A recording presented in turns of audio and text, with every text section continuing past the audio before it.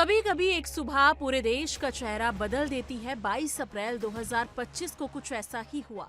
जम्मू कश्मीर के पहलगांव जैसे शांत और खूबसूरत इलाके में अचानक गोलियों की आवाजें गूंजने लगी, बम धमाके हुए, चीख पुकार मच गई, चारों तरफ भगदड़ मच गई।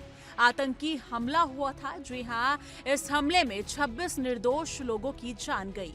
कुछ पर्यटक थे, कुछ स्थानीय लोग, बच्चों से लेकर बुजुर्ग तक किसी को नहीं बख्शा गया। उस दिन हर भारतीय का खून खौल गया। भारत जानता था कि ये हमला ऐसे ही नहीं हुआ है, इसके पीछे वही पुराना दुश्मन है, पाकिस्तान, और वहां पनप रहे आतंकी संगठन। और यही से शुरू हुआ एक ऐसा ऑपरेशन जो आने वाले सालों तक याद किया जाए, ऑपरेशन सिंदूर। भारत अब 90 के दशक वाला भारत नहीं रहा। आज का भारत हर हमले का जवाब देता है, वो भी मुंह तोड़ और ठोस तरीके से। पहलगांव हमले के बाद जब ये साफ हो गया कि इसमें पाकिस्तान समर्थित आतंकी संगठनों जैसे जैश-ए मोहम्मद और लश्कर-ए-तैयबा का हाथ है, तो भारत ने सिर्फ निंदा करके बैठने की जगह ठोस कदम उठाया। पूरी प्लानिंग के साथ भारतीय वायुसेना ने तैयारियां शुरू कर दी। बिना किसी शोर शराबे के मीडिया से दूर एक ऐसा प्लान बनाया जिसमें हर चीज का हिसाब था, लक्ष्य भी तय थे और टाइमिंग भी। और फिर 7 मई को सुबह सुबह भारतीय वायुसेना ने दुश्मन के घर में घुसकर हमला बोला। यही था ऑपरेशन सिंदूर, वो जवाब जिसमें ना सिर्फ आतंकवादियों के अड्डे तबाह हुए बल्कि पाकिस्तान की अकड़ भी टूट गई। ऑपरेशन सिंदूर में भारत ने कई अत्याधुनिक हथियारों का इस्तेमाल किया। सबसे आगे थे ब्रह्मोस मिसाइलें, वो मिसाइलें जो आवाज से 3 गुना ज्यादा तेज चलती हैं और अपने टारगेट पर बिना चूके वार करती हैं। साथ ही भारत ने अपने स्वदेशी लाइटरिंग म्यूनिशन का भी इस्तेमाल किया। ये ऐसे छोटे छोटे ड्रोन होते हैं जो दुश्मन के इलाके में उड़ते रहते हैं और जैसे ही टारगेट की पुष्टि होती है उस पर सीधे गिरकर विस्फोट करते हैं। इसके अलावा भारत ने आकाश तीर एयर डिफेंस सिस्टम भी एक्टिव किया ताकि अगर पाकिस्तान जवाबी हमला करे तो भारतीय शहर पूरी तरह सुरक्षित रहे। कुल मिलाकर भारत ने पाकिस्तान और पीओके में मौजूद 9 बड़े आतंकी ठिकानों को निशाना बनाया और पूरी तरह से तबाह कर दिया। खास बात ये रही कि इस ऑपरेशन में एक भी आम नागरिक हताहत नहीं हुआ। हमला सटीक था, सोच समझकर किया गया था और संदेश साफ था, आतंक को बख्शा नहीं जाएगा। पाकिस्तान की हालत उस वक्त खिसियानी बिल्ली जैसी हो गई थी। एक तरफ तो उनके आतंकी ठिकाने तबाह हो चुके थे, दूसरी तरफ दुनिया भर में उन्हें शर्मिंदगी झेलनी पड़ रही थी। जवाबी हमला करने के नाम पर उन्होंने कुछ ड्रोन और मिसाइलें भारत की तरफ भेजी जो अमृतसर समेत कुछ शहरों को निशाना बना रहे थे। लेकिन भारत की एयर डिफेंस तैयार थी। इन सभी हमलों को हवा में ही नाकाम कर दिया गया। पाकिस्तान की हर कोशिश फेल हो गई और फिर शुरू हुआ उनका पुराना खेल, झूठ बोलने का।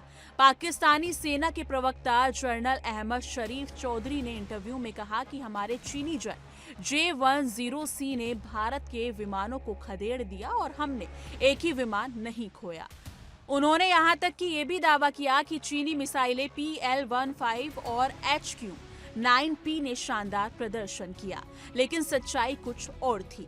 असलियत ये थी कि भारत की एयर डिफेंस ने पाकिस्तान की मिसाइलों को बेअसर कर दिया था। इतना ही नहीं, अंतर्राष्ट्रीय मीडिया और सैटेलाइट तस्वीरों से साफ हो गया है कि पाकिस्तान के कई फाइटर जेट्स, करीब 1 दर्जन इस ऑपरेशन में तबाह हो चुके थे। लेकिन पाकिस्तान ने इसे मानने से इनकार कर दिया। उनकी बेशर्मी इस कदर थी कि वो हार को छुपाने के लिए चीनी हथियारों की तारीफ करने लगे। पाकिस्तान की संसद में उनके उप प्रधानमंत्री इशाक डार ने यहां तक कहा कि J-10C जेट्स ने भारतीय विमानों को रोक लिया और जवाबी कार्रवाई में कामयाबी पाई। लेकिन सच्चाई ये है कि पाकिस्तान खुद को दिलासा दे रहा था। एक तरह से वो अपनी हार पर पर्दा डालने की कोशिश कर रहा था। ये संघर्ष सिर्फ हवाई हमलों तक सीमित नहीं रहा। 7 मई से लेकर 10 मई तक 4 दिनों तक सीमा पर जबरदस्त गोलीबारी हुई। तोपों ने गरजना शुरू कर दिया।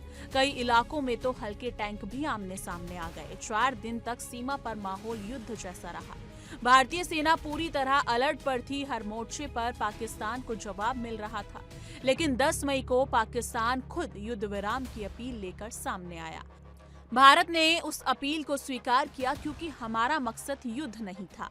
हमारा लक्ष्य आतंक के ठिकानों को खत्म करना था। भारत ने दिखा दिया कि अब हम सिर्फ सहते नहीं बल्कि जरूरत पड़ने पर करारा जवाब भी देते हैं। आज जब पाकिस्तान झूठे आंकड़े दिखाकर खुद को सफल बताने की कोशिश करता है, तब हकीकत ये है कि उन्होंने संघर्ष में सिर्फ अपनी कमजोरी का प्रदर्शन किया है।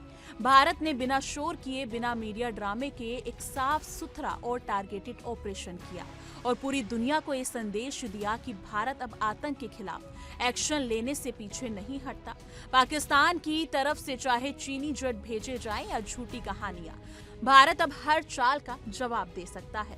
दोस्तों, इस पूरी खबर से ये बात तो साफ हो गई है कि अब भारत सिर्फ कागजों पर नहीं, असली मैदान में भी ताकतवर है। ऑपरेशन सिंदूर ने दिखा दिया कि अगर कोई भारत को आंख दिखाएगा तो जवाब 2 गुना ताकत से मिलेगा।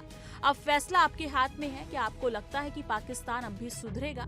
क्या ऐसे ऑपरेशनों की जरूरत आगे भी बनी रहेगी और क्या भारत को अपनी ताकत दुनिया के सामने और खुलकर दिखानी होगी? नीचे कमेंट सेक्शन में अपनी राय जरूर साझा कीजिएगा।